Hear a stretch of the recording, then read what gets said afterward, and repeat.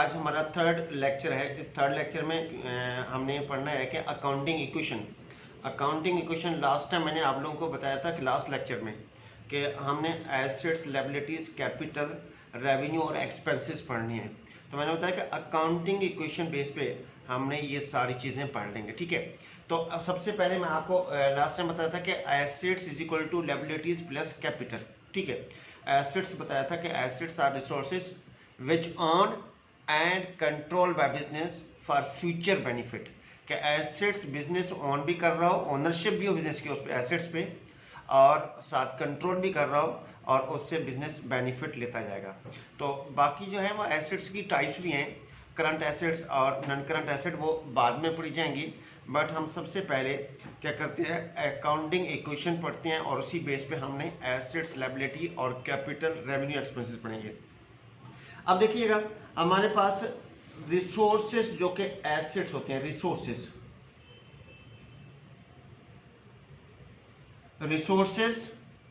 Versus sources.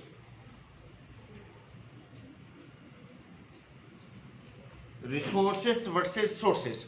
Resources यानी कि assets जो कि आपके रिसोर्स हैं, आपके बिजनेस के रिसोर्स हैं। या आप एक एग्जांपल ले, थोड़ी देर के लिए बिजनेस को साइड पर अपने जाती एग्जांपल ले लेते हैं कि हमारे कोई भी हमारा एसेट है, हमारा एसेट, वो एसेट हमें वो हमारा रिसोर्स है, वो रिसोर्स हमारा कैसे हमने परचेज किया, क्योंकि प्रूव करना पड़ता है कि आपके रिसोर्सेज जो आपके हैं वो उसके उसके अगेंस्ट जो है सोर्सेज क्या है उसके, ठीक है ना।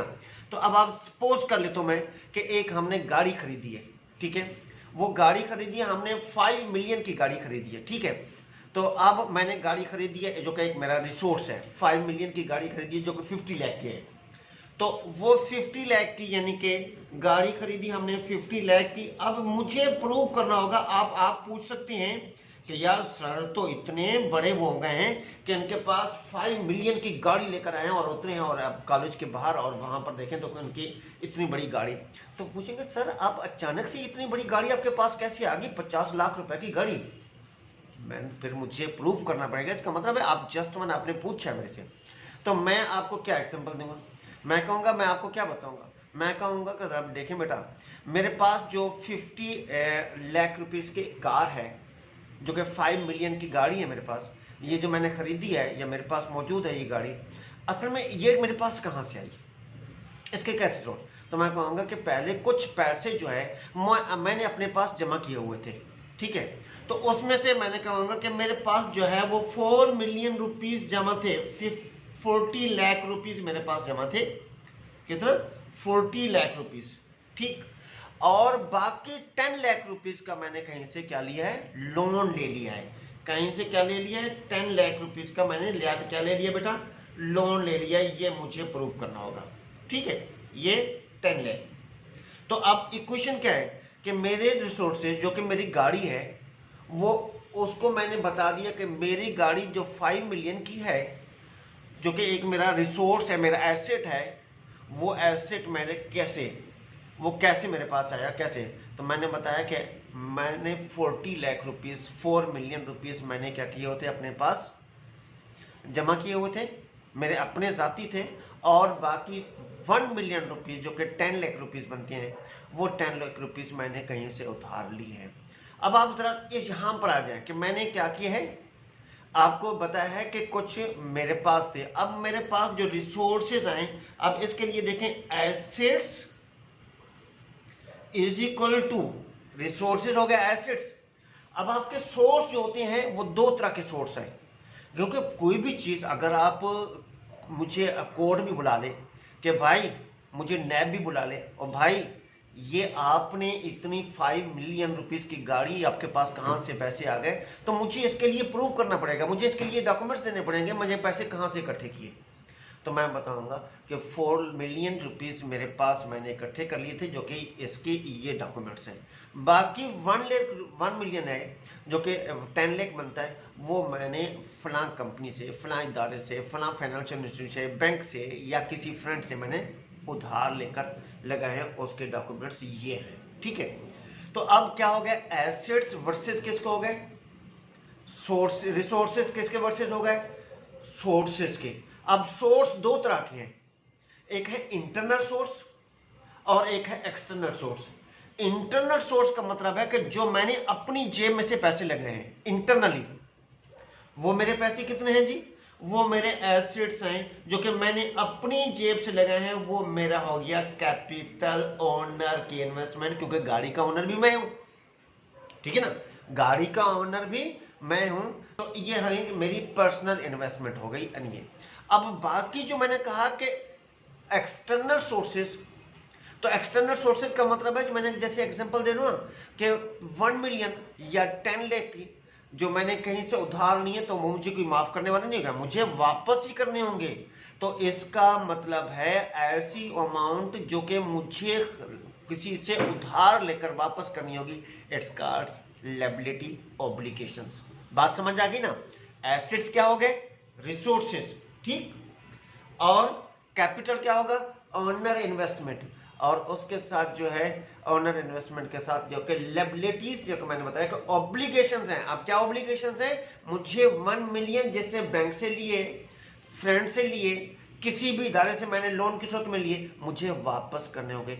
ऐसी अमाउंट जो मैंने कहीं से लेकर अपने बिजनेस में लगाई है और वो अमाउंट मुझे वापस करनी होगी, वो उसको लायबिलिटीज। तो यहां से हमारे पास क्या होता है, एसेट्स यानी कि resources versus sources.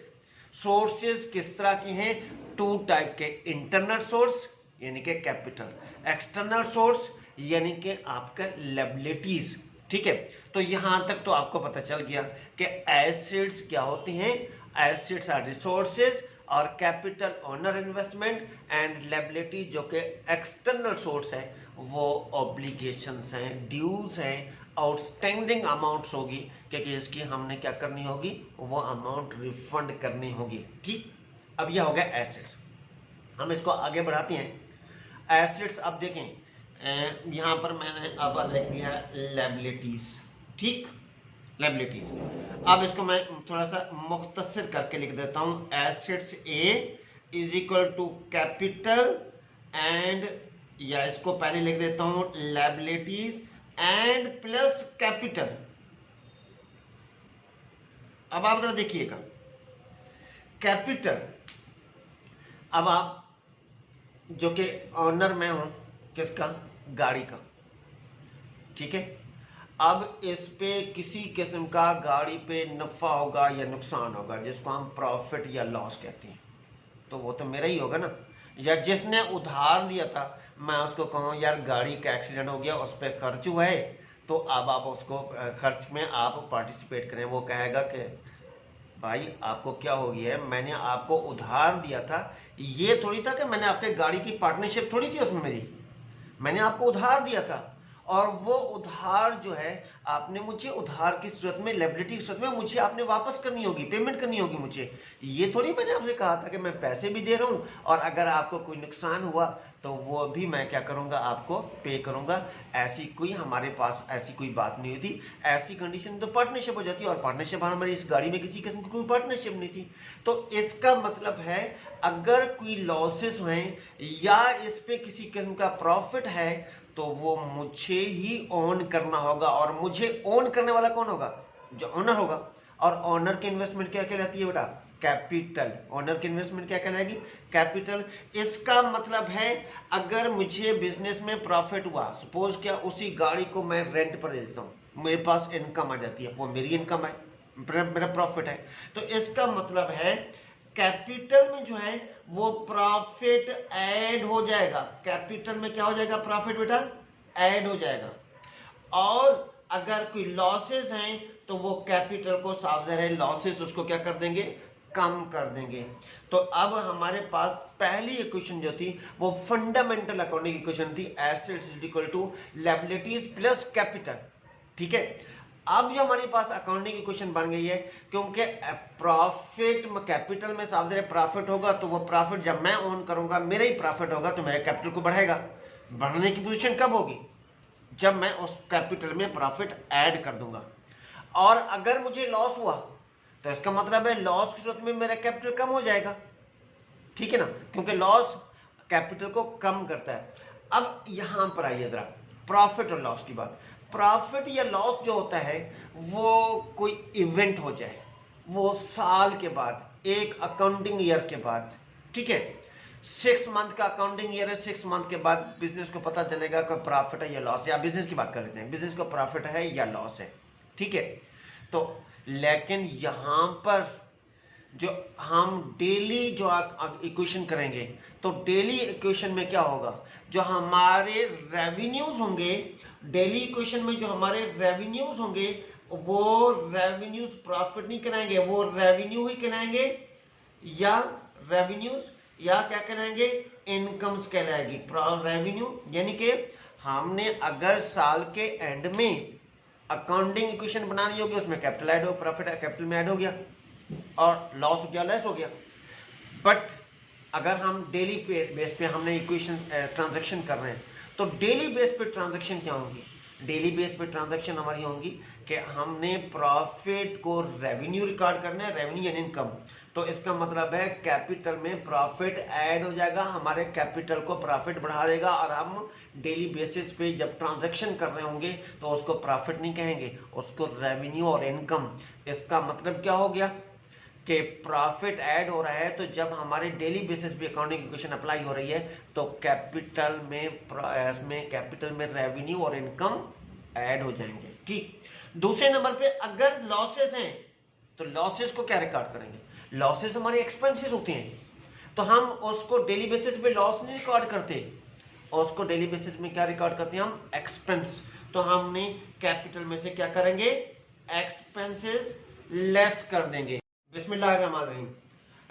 Last video में हमने आपको फंडामेंटल अकाउंटिंग इक्वेशन और एक्सटेंडेड अकाउंटिंग इक्वेशन बनाने की सिखाई थी, और उसके साथ मैंने कहा था कि अब ये हम जो अब ये वीडियो है, इस वीडियो के आप समझ लें कि हमारे पास एक पेपर में बाज़ होगा 4-5 मार्क्स का एक क्वेश्चन आ जाता है, 5 to 6 मार्क्स का एक क्वेश्चन आ जाता है, जो बोर्ड में क्वेश्चन आ जाता है। वो होता क्या क्वेश्चन है, जो हमारे पास इक्वेशन है ना, assets is equal to liabilities, assets is equal to liabilities plus capital, ये इक्वेशन।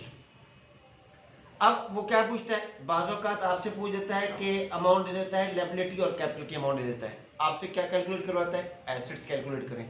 बाज़ औक़ात आपसे पूछता है कि लायबिलिटीज कैलकुलेट करें, बाज़ औक़ात आपसे पूछा है कि कैपिटल कैलकुलेट करें। तो इन 3 चीजें कैलकुलेट करनी होती हैं, यानी कि आपने क्या करना होता है, इन 3 चीजें। आप एसेट्स कैलकुलेट करने हो तो आपको क्या देगा, यानी कि आपसे कह देता है कि आप एसेट्स कैलकुलेट करें, ये ए फॉर एसेट्स। आपको कह देता है कि लायबिलिटीज आपको दे देता है कि 100,000 की लायबिलिटीज हैं जी, और साथ कह रहा है कि कैपिटल आपके पास गिवन है ऑनर इन्वेस्टमेंट 80,000 की, ठीक है। आपसे क्या कहेगा, आप एसेट्स। तो हमारे पास अकाउंटिंग इक्वेशन मौजूद है, इस अकाउंटिंग इक्वेशन में हमने assets is equal to liabilities कितनी दी हुई है, गिवन है, लायबिलिटीज हैं 100,000 की, ठीक है। या इसको कर देते हैं लायबिलिटीज को कितना, सिर्फ 10,000 कर देते हैं, ठीक है, 10,000, और प्लस कैपिटल, कैपिटल कितना है 80,000। तो हमारे बिजनेस के टोटल एसेट्स कितने हो गए, 90,000 के एसेट्स होगा। ये अगर लायबिलिटीज आपकी कितने हैं, 10,000 है, और अगर वो लायबिलिटीज वही थी 100,000 थी, तो आप 100,000। तो असल में मैंने इसको कम क्यों किया है लायबिलिटीज को, क्योंकि लायबिलिटीज होती ही कम है, और अगर एक बिजनेस में लायबिलिटीज ज़्यादा शो हो रही हैं, तो इसका मतलब है बिजनेस नेगेटिव पोजीशन में, बिजनेस लॉस में है, क्योंकि बिजनेस पर इतनी लायबिलिटीज हैं। और अगर लायबिलिटीज कम है तो ये चीज़ शो कर रही होती है बिजनेस को कि आपका बिजनेस फिर भी बेहतर चल रहा है, क्योंकि लायबिलिटीज जब आपका ड्यूज इतने ज़्यादा होंगे और आपकी अपनी ही इन्वेस्टमेंट कम होगी, तो बिजनेस कोई फेवरेबल बिजनेस नहीं होता, बल्कि बिजनेस अनफेवरेबल पोजीशन में होता है, ठीक। तो ये आपके पास आपसे आपको कह देता है कि आपने क्या करना है, आपसे कह देता है कि आप एसेट्स आपके पास हैं जी, कितना है जी 100,000, और लायबिलिटीज जो दी हुई हैं वो हैं 10,000। आप कह देता है कि कैपिटल कैलकुलेट करें, ये पेपर में बोर्ड के पेपर में बाकायदा तौर पर। तो कैपिटल कैलकुलेट करें तो कैपिटल, अब फार्मूला आपके पास आएगा, कैपिटल इज इक्वल टू कि लायबिलिटीज इधर से एसेट्स में आकर क्या हो जाएगी, माइनस हो जाएगी, एसेट्स माइनस लायबिलिटीज। तो capital is equal to assets 100,000 minus liabilities 10,000। तो हमारे पास अब कैपिटल बन गया कितना, 90,000। कैलकुलेट करके हमने कैपिटल कैलकुलेट कर दिया। ये सेकंड मैंने अकाउंटिंग इक्वेशन और कैपिटल कैलकुलेट करने के लिए। पहले इसमें था एसेट्स कैलकुलेट करना था और फिर उसके बाद क्या करना था, कैपिटल कैलकुलेट करना था। अब हम क्या करते हैं, एसेट्स और कैपिटल गिवन है तो अब हम क्या करते हैं, लायबिलिटीज कैलकुलेट करते हैं जी। क्या, लायबिलिटीज कैलकुलेट करते हैं। अब एसेट्स गिवन है, अब और कैलकुलेट क्या करना है हमने, लायबिलिटीज, और साथ में कैपिटल भी गिवन है, ठीक है। और कैपिटल की वैल्यू है 110,000। कैपिटल की वैल्यू 110,000 नहीं, कैपिटल की वैल्यू बल्कि है हमारी वही 80,000 कैपिटल है, ठीक है। चलिए जी, फार्मूला अब क्या बनेगा, लायबिलिटीज कैलकुलेट करनी है। लायबिलिटीज के लिए मैथ के मुताबिक आपको पता है ना कि अब यहाँ पर आपने कैपिटल कैलकुलेट करना हो तो लायबिलिटीज आकर माइनस हो जाएंगी, और अगर लायबिलिटीज कैलकुलेट करनी है तो कैपिटल एसेट्स में से माइनस हो जाएगा। अब हमारे पास फार्मूला क्या है, एसेट्स माइनस, यहाँ क्या कैलकुलेट कर रहे हैं, लायबिलिटीज, तो माइनस क्या हो जाएगा, कैपिटल, यानी कि कैपिटल आकर एसेट्स में से इज इक्वल टू के दूसरी तरफ है, कैपिटल आकर एसेट्स में से क्या हो जाएगा, माइनस हो जाएगा। तो liabilities is equal to assets 100,000 1 lakh minus लैब कैपिटल 80,000, और अब आपके पास लायबिलिटीज इज इक्वल टू क्या हो गया, 20,000। ये लायबिलिटीज आ गई, ठीक है। अब जब लायबिलिटीज 20,000 के आपने तीनों चीजें हमने कैलकुलेट कर दी। अच्छा, अब ये बात वक्त एमसीक्यूज भी पूछ लेता है आपसे, वो एमसीक्यूज दोनों चीजें दे देता है और कहता है कि कैपिटल कैलकुलेट करेंगे, एसेट्स और लायबिलिटीज दी है, और बाज़ औक़ात आपसे क्या कर देता है, मुख्तलिफ किस्म के एसेट्स दे देता है और साथ में कुछ लायबिलिटीज मिक्स कर देता है, तो एसेट्स में, तो ठीक है। अब ये हमारे पास क्या है, ये वीडियो में हमने क्या किया है, ये चीज़ कैलकुलेट कर दी है। अब इंशाल्लाह नेक्स्ट वीडियो में हमने बाकायदा तौर पर एसेट्स कौन कौन से होती हैं, लायबिलिटीज़ कौन कौन से होती हैं, वो कैलकुलेट करनी है इंशाल्लाह नेक्स्ट वीडियो में। अल्लाह हाफिज़।